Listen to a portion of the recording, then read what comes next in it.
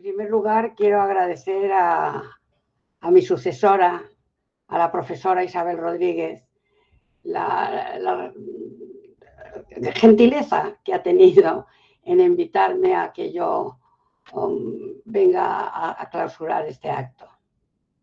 Ya os podéis imaginar la ilusión que me hace ver que este seminario ha continuado durante 39 años y hoy ha sido una jornada maravillosa en que tengo que decir que los conferenciantes cada año son mejor, cada año entienden más de iconografía y son es una gran satisfacción para mí verlos actuar. Bien, sin más, yo me voy a dedicar a Cornelia. Cornelia porque es una mujer que a mí siempre me ha fascinado. Porque claro, fijaros que vive con 4 hombres de primera categoría y ella consiguió ser completamente brillante, hacer su propia vida, sobreponerse a todas las desgracias y hasta que tener una escultura en el Foro Romano. Esto que veis aquí es un retrato idealizado de Cornelia, no sabemos cómo es, son de esos retratos anónimos que circulan por ahí, pero que en definitiva sí que la hacen iconográficamente parecer una persona serena, fuerte, de mirada penetrante. Como todos sabéis, fue hija de Publio Cornelio Escipión el Africano, se casó muy joven, con 17 años, con un hombre mucho mayor que ella, con el que tuvo nada menos que 12 hijos. Eso a mí ya, para mí eso me supone, yo que he tenido 4 y me considero casi una heroína, pensar que tuvo 12 hijos, 12 partos, 12 crianzas y que todavía tuvo la fuerza singular de salir adelante me parece algo impresionante. Tuvo sobre todo los famosos varones, los hermanos Gracos, y una mujer Sempronia, de la que también merecería hablar, porque se casó después con Escipión el Emiliano. Fue una mujer muy culta, una mujer de ideas avanzadas, conocía estaba perfectamente, conocía la cultura helenística, estudió griego, filosofía y sobre todo tuvo una serie de inquietudes sociales maravillosas que transmitió a sus hijos y aunque desafortunadamente esas inquietudes les costaran la vida. Pero es que después, cuando a la muerte de estos hijos de una manera trágica, terrorífica, tiene todavía la fuerza de retirarse a Miseno, a Campania, y crear allí una especie de foyer culturel donde recibía a todos los intelectuales y a los que creo que cultivaba con sus narraciones. Era una mujer que sabía narrar, que sabía contar y que mantuvo así viva la vida de su padre, de sus hijos, de su marido, por lo cual es una mujer verdaderamente impresionante. Como os digo, no tenemos una imagen de ella, solamente son cosas atribuidas. Aquí tenemos este supuesto retrato de Cornelia, que como todos veréis está inspirado en los modelos de pintura del siglo II, que también son frecuentes en las pinturas de Alfayún. En este siglo II se dan una serie de cuadros y de galerías de retratos que son verdaderamente maravillosos, porque sobre todo toda su fuerza se concentra en esta mirada penetrante, fuerte, que nos da por lo menos idea de seres que si no existieron bien merecían haber existido. La fuente principal para conocer a su biografía es Plutarco de Queronea, en sus vidas paralelas, sobre todo de Tiberio y Cayo Sempronio Graco. Y también en ella hay una especie también de mitos de un mundo fantástico que ella no prohibió que corriese esas leyendas, con lo cual también nos hace pensar que era una mujer llena de fantasía, que creía en cosas un poco mágico-simbólicas, porque la famosa leyenda que corrió fue que había 2 pequeñas serpientes, un macho y una hembra, que se los encontraron un día el matrimonio en su lecho. Los augures dijeron que según el sexo de la que debía morir influiría en la pareja. Y entonces Tiberio decidió sacrificar al macho en beneficio de su joven esposa. por lo que fue el primero en morir. Lo que era verdad es que se llevaban una gran diferencia de edad y es lógico que muriese mucho antes que ella. Pero la verdad es que no solamente se cuenta esta leyenda, que por supuesto es una leyenda mágico-simbólica, sino que sabemos que era una mujer valerosa, que era una mujer que desafiaba las costumbres. Cuando murió su hijo Cayo, se la prohibió vestir de luto y a ella y a toda la familia. Y ella se presentó vestida de negro ante el Senado y con un platillo en la mano para pedir que se le devolviera el cadáver de su hijo y poderlo enterrar. Es decir, iba desafiando a la sociedad siempre de su tiempo. Lo que sí es cierto es que es la primera vez que a una mujer se le concedió el privilegio de tener una estatua en el foro. Y eso sí, se nos ha conservado el pedestal de esta estatua que, como veis, dice Cornelia Africani Fili Gracorum, o sea, madre de los Graco. Esta imagen de Cornelia va a hacer mucho juego, sobre todo en el siglo XVIII, porque claro, sus hijos, Tiberio y Cayo, van a ser grandes reformadores sociales. Y entonces, en el siglo XVIII, que es un momento también revolucionario, estos dos personajes van a significar nuevos tiempos, nuevas aspiraciones del pueblo, y entonces ella, como educadora de estos hijos, va a tener una gran representación. Aquí tenemos esta imagen preciosa del Museo de Orsay, de Pierre-Jules Cavelier, en la que está ella perfectamente interpretada. Lleva un peinado, si os fijáis, más bien del tipo de las Julio Claudias, cuando no un peinado republicano, pero aparece como una noble matrona, con como una figura sedente, con los pliegos típicos de las esculturas pergamenas, y luego los niños, en cambio, pues son muy neoclásicos. Pero lo que sí se hace destacar es la diferencia que hay de edades entre uno y otro. ¿Quién son las personas que están con él? Pues nada menos que Publio Cornelio Escipión.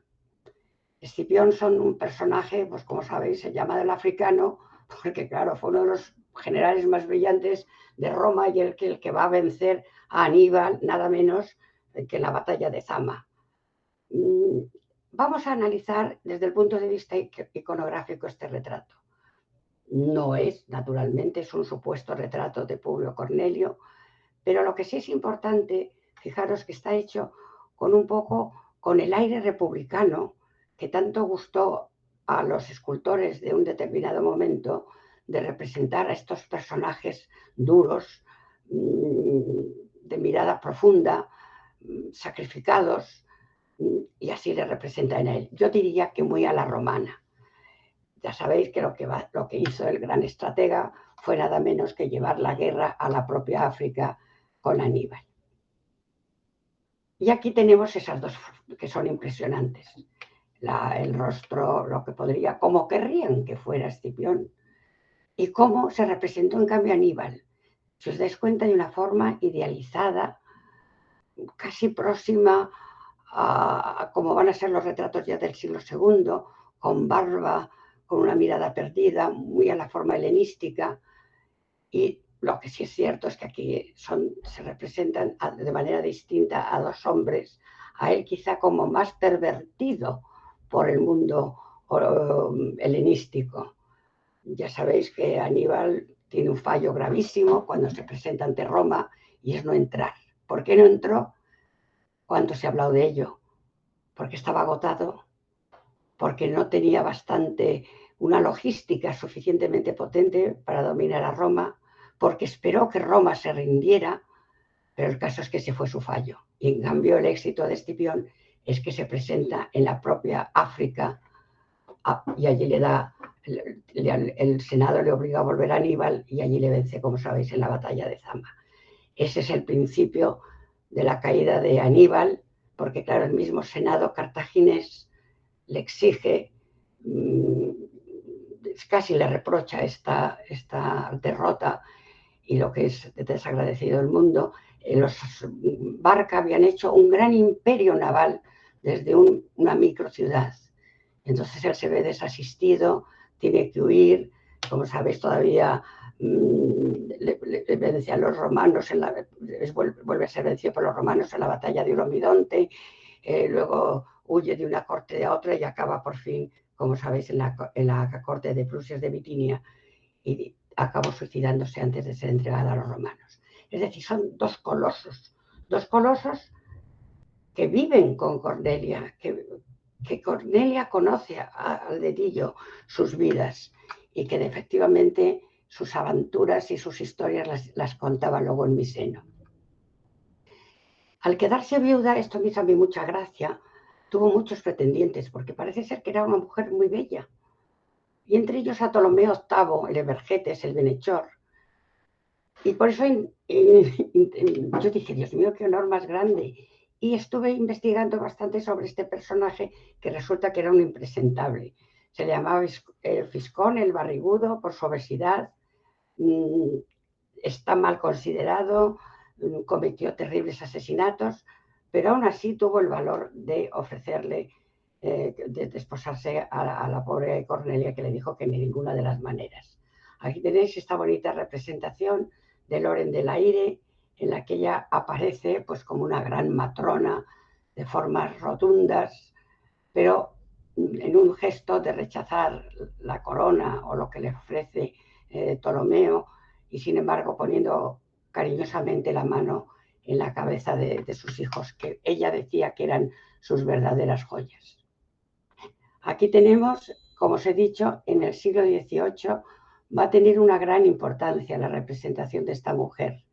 Aquí tenemos a Angélica Kaufmann, que es también maravillosa, y como siempre se la representa despreciando los lujos de todas las mujeres de la aristocracia romana, en momentos en que ya podría tener una posición social envidiable, que podría disfrutar de todos los lujos posibles, y sin embargo hizo siempre gala de una gran sobriedad. Y lo que decía siempre, he aquí mis joyas, presentando a sus hijos.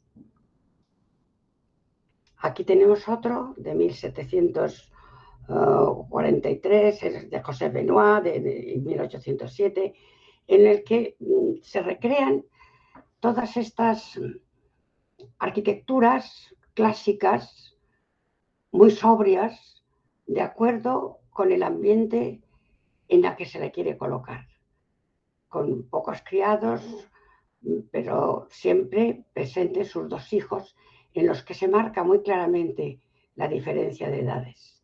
Son niños, pero siempre muy próximos a ella, una educación muy directa. Otra tenéis aquí, de Jean-François Pierre Peyron, que está, y lo mismo, tenemos las mismas representaciones.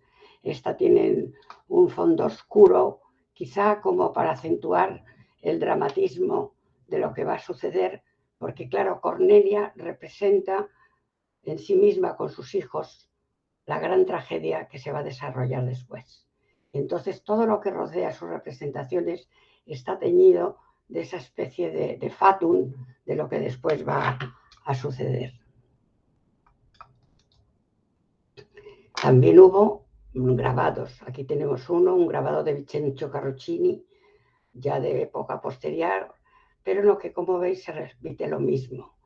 Son arquitecturas sobrias.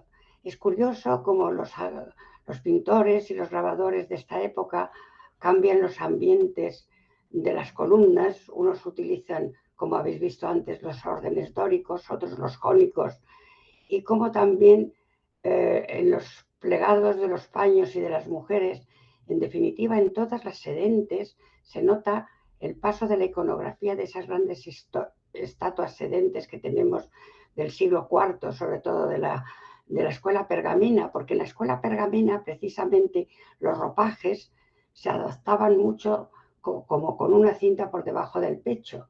Y entonces en esta época imperial estos tipos de figuras se ponen muy de moda. Aquí tenemos a los hermanos Gracos, también una creación de Eugène Guillaume, una pretendida visión de estos hermanos, en los que también se intenta darles esa fuerza que tuvo en su día el retrato republicano. Ya sabéis que el retrato republicano de Roma es uno de los capítulos más interesantes de la retratística del mundo antiguo, porque la mayoría de ellos no los conocemos, y es los que llamaba Poulsen nuestros famosos desconocidos. Esta creación de Eugène de Guillaume es espléndida. Son, como veis, dos figuras masculinas llenas de fuerza, de mentón cuadrado, de mirada profunda y de un peinado bastante a la época de la moda cuartelaria típica del retrato republicano. Claro, ellos en el siglo XVIII, como os he dicho, hay unas corrientes muy determinadas en Francia y son considerados como los modelos de los ciudadanos de Francia. Esa fuerza que ha tenido siempre en Francia el citoyen, que eso lo teníamos que aprender nosotros, ser citoyen y ser los que mandamos, evidentemente. Pues ellos aquí los tenéis en esta creación magnífica. ¿Qué es lo que hicieron estos hermanos Graco? Pues lo que no se permite a ningún idealista, eso es la tristeza. Hacen una cantidad de reformas tremendas, sobre todo Tiberio, que era el mayor, hace lo de la ley agraria, la repartición del haber público, las tierras del Estado, y luego Cayo ya hizo la ley frumentaria, exigió la reducción del precio de los cereales, pero claro, estas propuestas fracasaron, pero estrepitosamente, sobre todo porque los patricios pues no lo toleraron. Los optimates se negaron a aceptar estas reformas y claro, acabaron muy mal. Tiberio fue nombrado primero con apoyo del Senado, eran gente joven, gente luchadora, pero claro, sus reformas irritaron a estos optimates y fue asesinado a golpes de una manera terrible en una revuelta organizada por Escipión Nasica. Y su cadáver, eso fue una tristeza para Cornelia, arrojado al Tíber. Cayo, mucho más joven, es nombrado también en el 123 y hizo unas arengas maravillosas de las que quedan muchos vestigios y fue objeto de una cruel persecución, hasta el punto que huyó al bosque Furrina, en las laderas del Llanículo, y dicen que murió o fue ayudado por su esclavo Filócrates. El caso es que así terminaron estos dos hermanos. Aquí, de esas creaciones que, como os he dicho, repasar la vida de los hermanos Gracos tiene una gran fuerza en la Francia del siglo XVIII. Y aquí se le ve cómo se hizo con el mundo plebeyo, las injusticias que había, y se le ha representado en muchísimas representaciones. Aquí, el más joven, Cayo Sempronio, por Pierre Nicolas Brisset, es decir, aquí se le presenta, como veis, con la toga, acompañado de sus compañeros y asistiendo pues siempre a los desasistidos, a los pobres. Este sentimiento es el que se atribuye que fue Cornelia el que puso en el corazón de sus hijos y evidentemente por eso estaba tan respetada por todos los romanos. Aquí tenéis otro momento dramático que es la despedida de Cayo Sempronio Graco y su esposa Licinia cuando sabe que es que la plebe le va a masacrar. Y como os digo también, en cambio este es fijaros, de un pintor español muy curioso que se llama Dioscoro Teóforo Puebla Tolín, del siglo XIX ya, que hace una interpretación tremendamente patética de este momento de despedida y cómo va a salir a enfrentarse a la plebe, aunque su mujer le pide por favor que no lo haga. Aquí lo mismo, también es decir, ¿qué se representa en todos estos cuadros que estamos viendo? Pues como veis, las iconografías varían mucho. Aquí si os fijáis, el que va a morir o le ayuda, ha muerto ya y el otro, el Filócrates, se mata después de ayudarle a morir. Y el retrato tiene mucha gracia porque en cambio este está muy inspirado en los retratos que os vendrán a la mente de Caracalla, por ejemplo, Es decir, que todos estos pintores conocían perfectamente las iconografías de cada momento y las mezclaban un poco a su antojo. Es una composición muy dura en el que vemos que él no tiene más remedio que recurrir al suicidio. Y por este es por el que luego Cornelia se vistió de luto y pidió que por favor le dieran el cadáver de su hijo para enterrarlo convenientemente. Aquí tenéis otra, la muerte de Sempronio Graco, como veis, con otras versiones distintas, pero todas llevadas por la violencia y por el horror que supuso el no dar cabida a las reformas que ellos querían llevar a cabo. Estos son de un poquito posteriores de Félix Aubry. Y nada más, os quería presentar a esta mujer porque a mí, como os digo, lo que me gusta después de encontrar un personaje y analizar sus representaciones es reflexionar con vosotros. Imaginaros una mujer de esta época, con 12 embarazos, 12 partos, 12 hijos, rodeada de personajes tan importantes como fue su padre, Escipión el Africano, enemigo de Aníbal, casada con otro Tiberio Graco, madre de estos 2 hijos, y sin embargo tuvo la fuerza de sobrevivirlos a todos y hacer que su memoria no se perdiera contando en las reuniones que tenía en mi seno todas las historias de sus hijos. Bueno, eso es lo que os quería decir, porque claro, ella después, por una razón muy clara, por lo que lo he traído a la memoria, ella no se quiso jubilar, que es lo que me pasa a mí. Muchas gracias por vuestra atención.